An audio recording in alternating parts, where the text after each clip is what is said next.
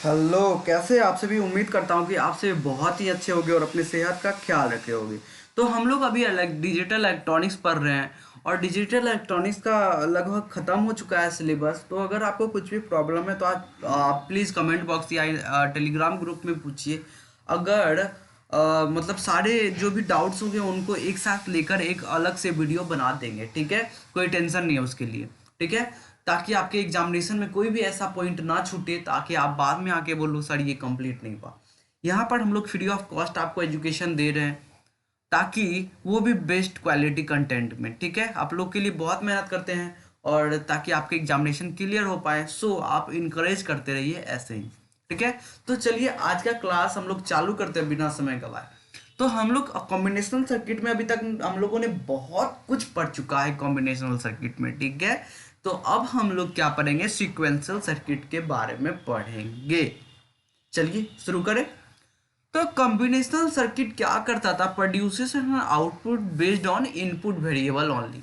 तो combination circuit में क्या था, मेरा जो भी इनपुट रहता था उसके बेसिस पर एक आउटपुट निकल जाता था।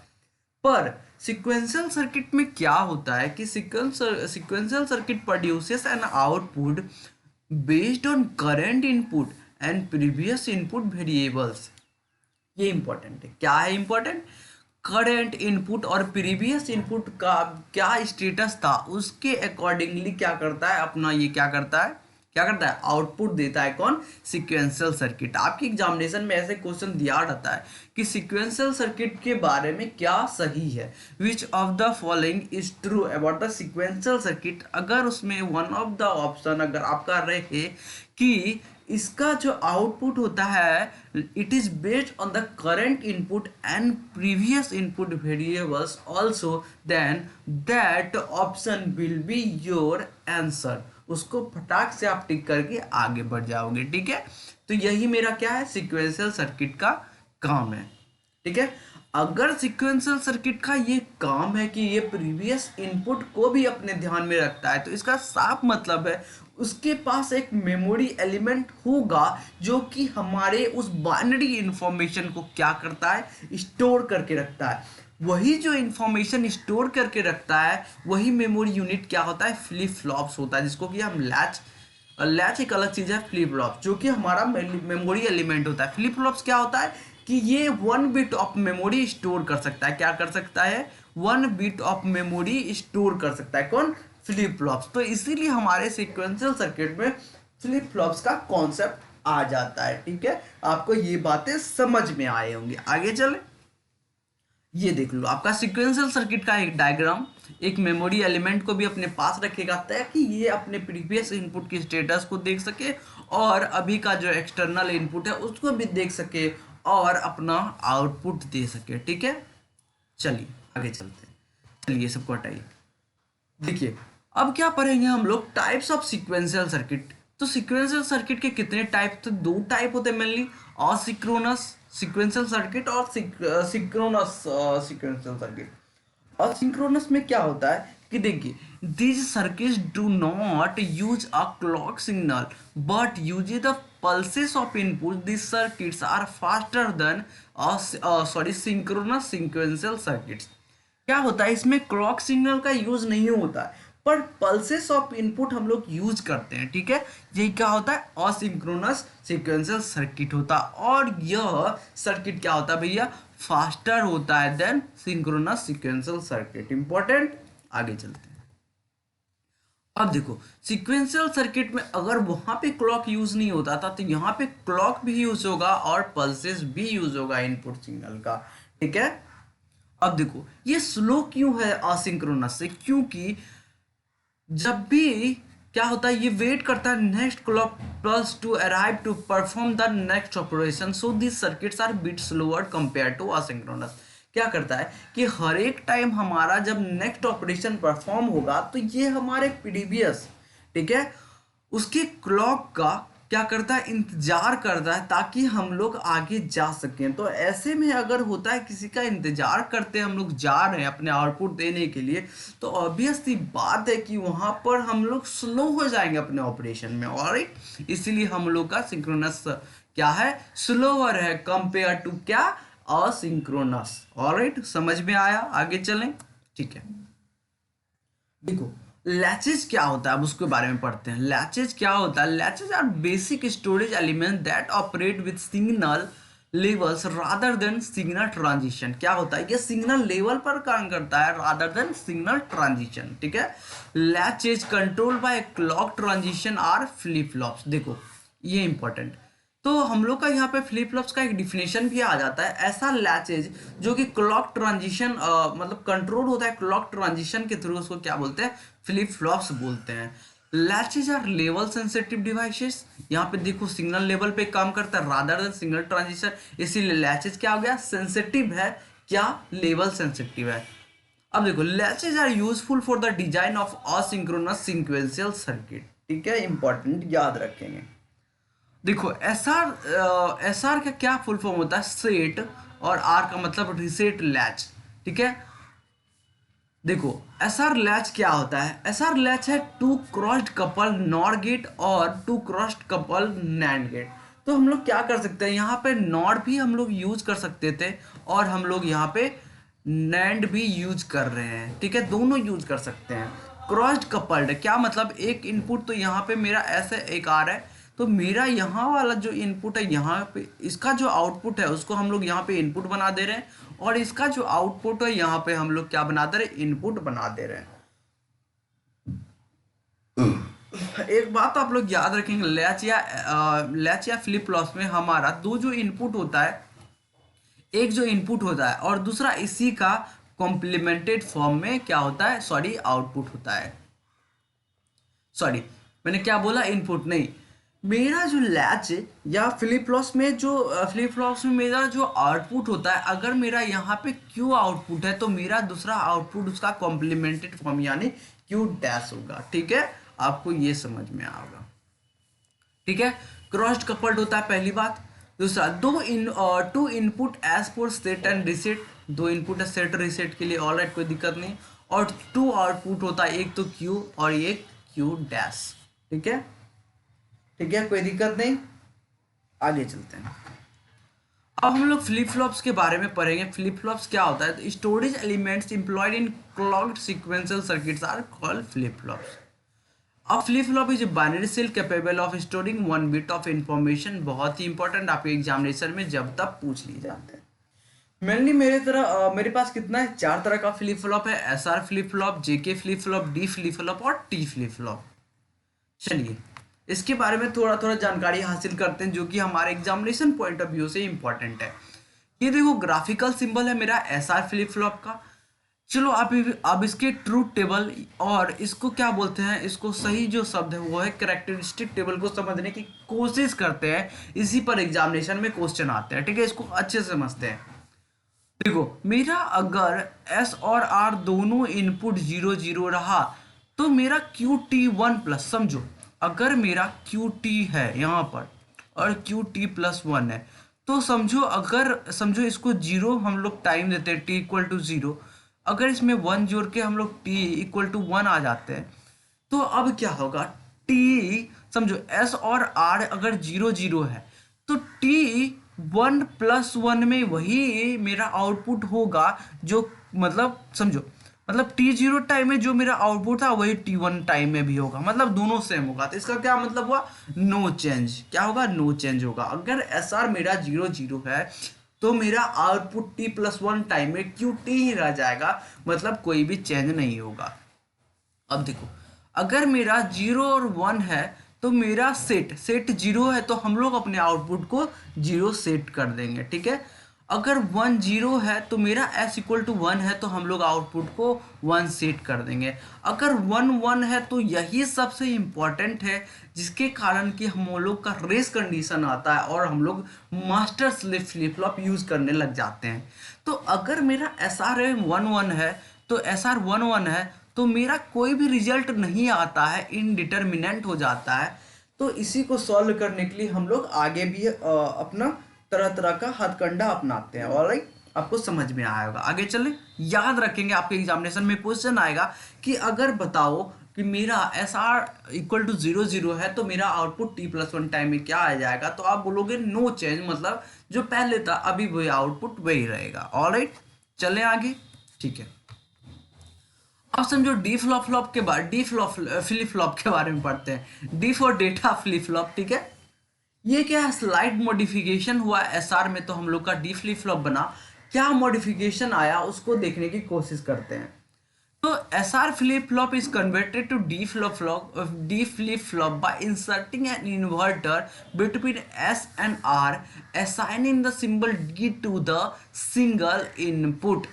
ठीक है, the D input is sampled during the occurrence of a clock transition 0 to 1. If D equal to 1, the output of flip flop goes to one state. ये सब छोड़ो। ठीक है, आप देखो कि हम लोगों का क्या किया गया कि मेरा एस आर फ्लिप फ्लॉप था। ठीक है, इसको क्या किया गया, इसको कन्वर्ट कर दिया गया डी फ्लिप फ्लॉप में by inserting a inverter between S and R. समझो मेरा एस आर था, यहाँ पे एक इन्वर्टर यहाँ पे इंट्रोड्यूस करा गया और हम लोग का एक सिंगल ही इनपुट रखा गया।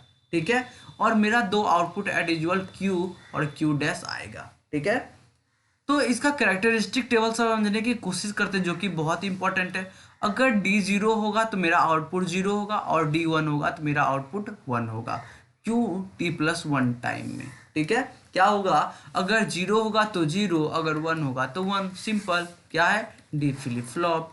ठीक है, समझ में आया। आगे चलते हैं। अब हम लोग जे के फ्लिप फ्लॉप के बारे में पढ़ेंगे। मेरा जे के यहाँ पे एक क्लॉक और मेरा दो आउटपुट Q और Q डैश। इसके करेक्टरिस्टिक टेबल को समझने की कोशिश करते हैं, इंपॉर्टेंट है। एक अंतर है यहाँ पर, उसको देखने की कोशिश करते हैं। अगर मेरा J0 K0 तो मेरा आउटपुट कोई चेंज नहीं होगा, जो मेरा T टाइम में था वही t+1 टाइम में होगा। अगर 0 1 है तो मतलब मेरा 0 पर सेट होगा, अगर 1 0 है तो 1 होगा, अगर 1 1 है तो मेरा क्या आ जाएगा, कॉम्प्लीमेंट फॉर्म आ जाएगा। क्या आ जाएगा, कॉम्प्लीमेंट फॉर्म आ जाएगा। क्या मतलब कि मेरा QT टाइम में अगर मेरा A रिजल्ट था तो QT+1 टाइम में क्या आ जाएगा, मेरा A डैश रिजल्ट आ जाएगा, complement form in JK flip flop. Important, आप याद रखोगे। ठीक है, आगे चलते हैं।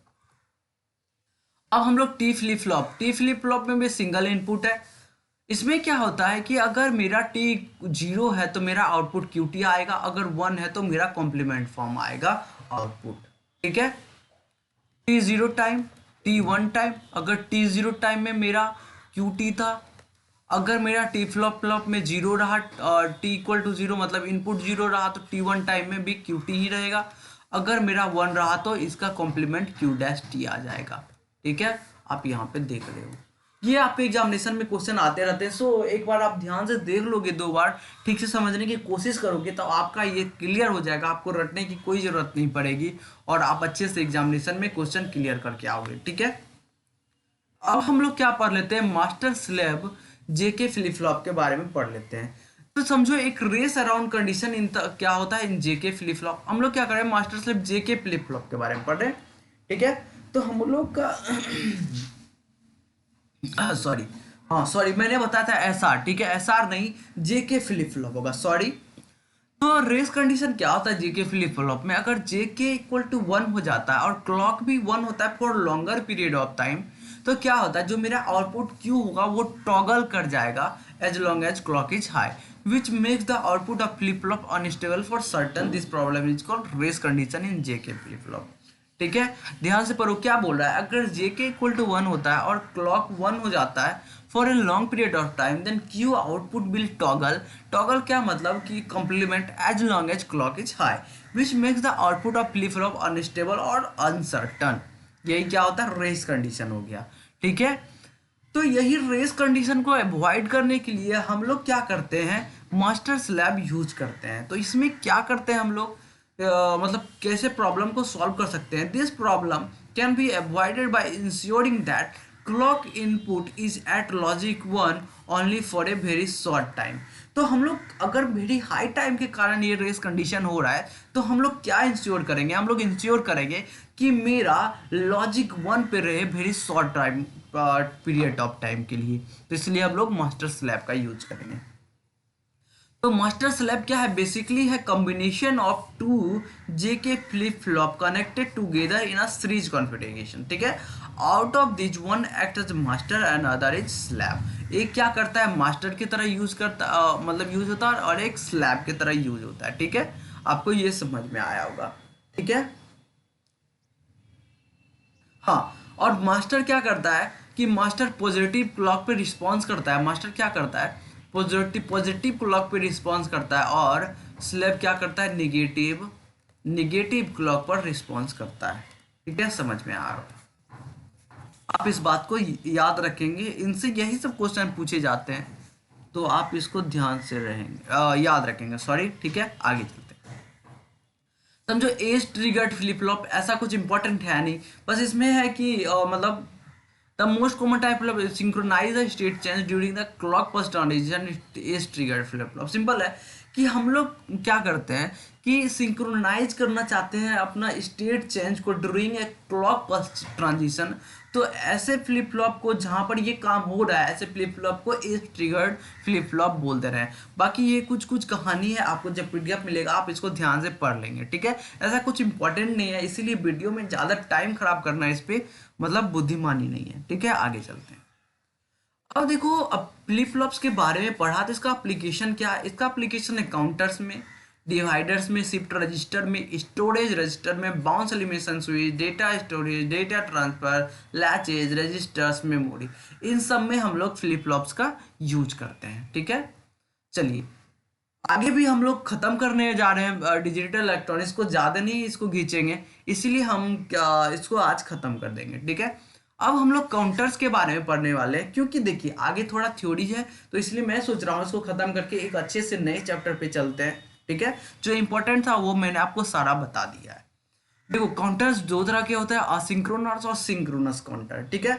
इन असिंक्रोनस में क्या होता है कि we do not use universal clock, only first flip flop is driven by main clock and clock input of rest of the following is driven by output of previous flip flops. क्या मतलब, देखो asynchronous में हम लोग universal clock use नहीं करते हैं, बस पहले जो फ्लिप फ्लॉप को उसको मैन क्लॉक के द्वारा ड्राइव किया जाता है, और उसके बाद उससे जितना भी कनेक्ट है मेरा फ्लिप फ्लॉप वो अपने प्रीवियस फ्लिप फ्लॉप पर क्या होता है, डिपेंडेंट होता है, ठीक है। आगे चलो, ये देखो जैसा कि आप देख सकते हो इसका टाइमिंग डायग्राम असिंक्रोनस काउंटर कैसे हुआ। देखो देखो मेरा जो क्लॉक है वो क्या है, मेरा पहले ही फ्लिप फ्लॉप को दिया गया है, बाकी में क्या है कि मेरा जो आउटपुट आया उसी के थ्रू चल रहा है, मेरा जो आउटपुट आया उसी थ्रू, मेरा जो आउटपुट आया उसी के थ्रू चल रहा है, आप देख पा रहे हैं असिंक्रोनस में। उसी तरह सिंक्रोनस में क्या होता है, सिंक्रोनस में होता है कि ग्लोबल क्लॉक होता है which drives each flip flop, so output changes in parallel manner, ठीक है। और क्या है मेरा एडवांटेज ऐसा करने से, the one advantage of synchronous counter over asynchronous counter is it can operate on higher frequency than asynchronous counter. आपको एग्जामिनेशन में ये क्वेश्चन पूछा जा सकता है, ठीक है। सिंक्रोनस का मेन इंपॉर्टेंट क्या हुआ कि यहाँ पे मेरा ग्लोबल क्लॉक है, ठीक है, और सेकंड क्या हुआ, हायर फ्रीक्वेंसी पे ऑपरेट कर सकता है कौन, काउंटर। अच्छा आप पूछोगे सर काउंटर क्या है, देखो काउंटर को मैं बता देता हूँ। देखो ये क्या करता है कि मतलब एक हिसाब रखता है कि मेरा कोई भी ऑपरेशन कितने बार हुआ।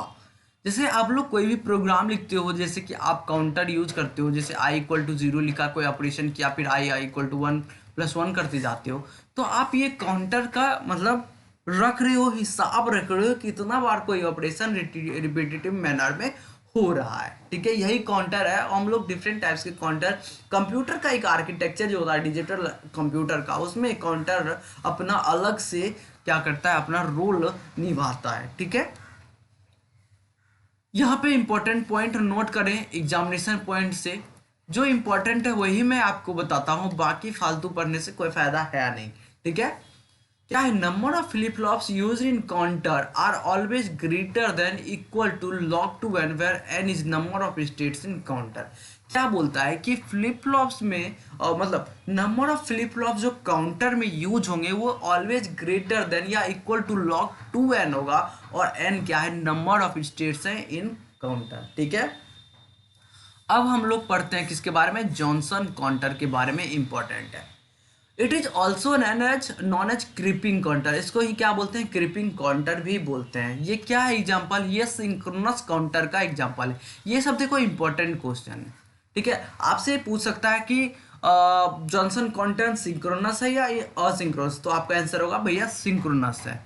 तो बोलेगा और पूछ लेगा which of the following is known as creeping counter, तो आपका एक ऑप्शन जॉनसन काउंटर होगा, तो आप जॉनसन काउंटर आंसर कर देंगे, ठीक है। आगे चलते हैं। देखो और भी नाम है जॉनसन काउंटर को, उसको भी ध्यान रखो।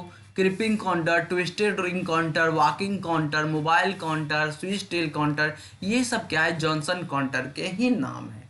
यहाँ पर देखो इंपॉर्टेंट क्या बोलता है कि total number of used and unused states in and with Johnson counter. देखो जॉनसन काउंटर में total number of used and unused states and bit Johnson counter में क्या होगा, तो नंबर ऑफ यूज स्टेट होगा 2 × 1, मतलब 2 × n, और नंबर ऑफ अनयूज स्टेट होगा 2⁻1 - 2 × n, ठीक है। इसको याद रखेंगे, समझो। अगर मेरा 4 बिट का जॉनसन काउंटर है, n = 4 है, तो मेरा पहला का आंसर क्या होगा, यूज स्टेट क्या होगा 2 × n मतलब 8, और अनयूज्ड का क्या होगा, अनयूज्ड का हो जाएगा 2⁻1 - 2 × 4 8, तो 2 दूनी 4 दूनी 8 16, 16 घटो 8 मतलब 8 ही होगा इसका भी आंसर, ठीक है। इसको ध्यान रखेंगे, अगर कहीं आपसे ऐसा क्वेश्चन पूछ लिया जाता तो आप आसानी से बना लेंगे, ठीक है। ये थोड़ा हायर लेवल पे मैं आपको पढ़ा रहा हूँ, क्योंकि आपके पीजीटी लेवल है, टीजीटी लेवल है, तो हम लोग अच्छे से पढ़ रहे हैं, ताकि हमारा क्वेश्चन अगर खराब भी दिन आए तो हमारा क्वेश्चन सॉल्व हो, ठीक है। अब देखो एडवांटेज क्या है जॉनसन काउंटर का, आप यहाँ पे देख सकते हो, मैं आपको पीडीएफ प्रोवाइड कर दूंगा। अब देखिए रिपल काउंटर क्या होता है, तो रिपल काउंटर होता है और n bit ripple counter can count up to 2n states. It is also known as mod N counter, ये इंपॉर्टेंट है। अगर आपसे पूछ ले which of the following is known as mod N counter, तो आप क्या बोलोगे, रिपल काउंटर को मॉड एन काउंटर बोला जाता है, ठीक है। ये एग्जाम्पल है असिंक्रोनस काउंटर का, इंपॉर्टेंट याद रखेंगे, बाकी आप देख लीजिएगा, ठीक है। देखो इसमें सर बोलोगे आप ऐसे ऐसे भाग रहे हो, नहीं भैया, देखो ये सब में टाइम नहीं बर्बाद करेंगे, ठीक है। इंपॉर्टेंट जो वो पढ़ लेते हैं। अब देखिए शिफ्ट रजिस्टर क्या होता है, कि n bit shift register can be form by connecting n flip flops where each flip flop store the single bit of data, ठीक है। तो हम लोग को अगर शिफ्ट रजिस्टर बनाना है, तो हम लोग n bit shift register form कर पाएंगे कैसे, n फ्लिप फ्लॉप हमको यूज करना पड़ेगा, ये इंपॉर्टेंट था। इसके टाइप पर है serial in serial out, serial in parallel out, parallel in serial out, parallel in parallel out. Shift register 4 तरह के होते हैं, ठीक है। सीरियल इन सीरियल आउट में क्या होता है कि सीरियल में तो सीरियल आउट, सीरियल इन करो आउटपुट आपको पैरेलल में दे देगा आउटपुट, ठीक है। वहीं पे अगर पैरेलल पैरेलल पैरेलल आउटपुट दो तो आपको एक सीरियल आउटपुट मिलेगा, और पैरेलल पैरेलल पैरेलल इनपुट और parallel parallel parallel output, simple सी बातें हैं, ठीक है। देखो बाई डायरेक्शनल शिफ्ट रजिस्टर से आप सीधा समझ रहे हो कि दोनों तरफ हम लोग का शिफ्ट हो सकता है, ठीक है। Shift register counters are the shift register in which the outputs are connected back to the inputs in order to produce particular sequence। देखो शिफ्ट रजिस्टर काउंटर क्या होता है कि हमारा ये शिफ्ट रजिस्टर है जिसमें कि आउटपुट हम लोग कनेक्ट कर देते हैं अपने इनपुट में, एक ऑर्डर होता है कि हम लोग का एक पार्टिकुलर सीक्वेंस निकल सके, उसी को क्या बोलते हैं, शिफ्ट रजिस्टर काउंटर। कैसे, समझो समझो ये काउंटर है, ये काउंटर है, यहाँ से एक इनपुट निकला, यहाँ से एक इनपुट दे देते हैं, ये जो आउटपुट निकला इसको हम लोग अपने इनपुट में कनेक्ट कर दे रहे हैं, ताकि हम लोग का एक डिजायर्ड पार्टिकुलर सीक्वेंस निकल पाए, ठीक है। देखो रिंग काउंटर के बारे में पढ़ते हैं। और ring counter is basically a shift register counter in which the output of first flip flop is connected to next flip flop and so on, and the output of last flip flop is again feed back to the input of first flip flop, then this name is ring counter. देखो ring counter क्या है, basically shift register है। समझो मेरा ये flip flop जा रहा है, यहाँ इनपुट ये जा रहा है, ये जा रहा है, ये आउटपुट आया, और ये जो आउटपुट आया अपने पहले वाले फ्लिप फ्लॉप को यूज कर देता है, तो ये एक तरह का रिंग नहीं बन गया, ये रिंग बन गया, इसीलिए कि इसको क्या बोलते हैं, रिंग काउंटर बोलते हैं, ठीक है। ये देख लो आप, सेम बात है, यहाँ पे बनाया हुआ है फिगर। देखो क्या क्या एप्लीकेशन होता है, शिफ्ट रजिस्टर्स को पीडीएफ प्रोवाइड कर दूंगा, आप ध्यान से एक बार पढ़ लोगे। और ठीक है, तो हम लोग क्या करते हैं, हम लोग का डिजिटल इलेक्ट्रॉनिक्स खत्म हो चुका है, डिजिटल इलेक्ट्रॉनिक्स इंड हो चुका है। अगर आपको कोई भी प्रॉब्लम होता है तो आप टेलीग्राम ग्रुप पे पूछिए या फिर कमेंट सेक्शन में कमेंट कीजिए, किसी भी वीडियो पे कमेंट कीजिए, मैं देखते रहता हूँ, आपके क्वेश्चन का जवाब दूंगा। अगर आपको कुछ इंपॉर्टेंट लगता है तो आप प्लीज़ बताइए, हम लोग उसको अपने वीडियोज़ में इंक्लूड करेंगे। हम लोग बहुत ही मेहनत कर रहे हैं ताकि जितने भी प्रोवाइडर हैं, जितने भी हम लोग के कंटेंट है यूट्यूब पे, उससे कहीं बेहतर आपको हमारे टीचर फील्ड में मिले, क्योंकि यहाँ पर बहुत सारे नहीं है टीचर जो कि आपको अच्छा एजुकेशन देते हैं to crack the computer science education. तो हम लोग उसी पे बहुत ज़्यादा मेहनत कर रहे हैं, इसीलिए आपका इनपुट जब तक नहीं आएगा, जब तक फीडबैक नहीं आएगा, तो हम लोग और इम्प्लीमेंट करने के लिए उतना सोच नहीं पा रहे हैं। ठीक है, हम लोग अपनी तरफ से बेस्ट दे रहे हैं और आपका अगर इनपुट आता है तो मतलब जबरदस्त हो जाएगा। ठीक है, तो उम्मीद करता हूँ आप लोग अपना फीडबैक देंगे और प्रोत्साहन देंगे और अपने चैनल को सब्सक्राइब करेंगे। ठीक है, thank you so much for watching this video, bye bye और टेक केयर। फिर मिलते हैं अगले वीडियो में नए टॉपिक के साथ।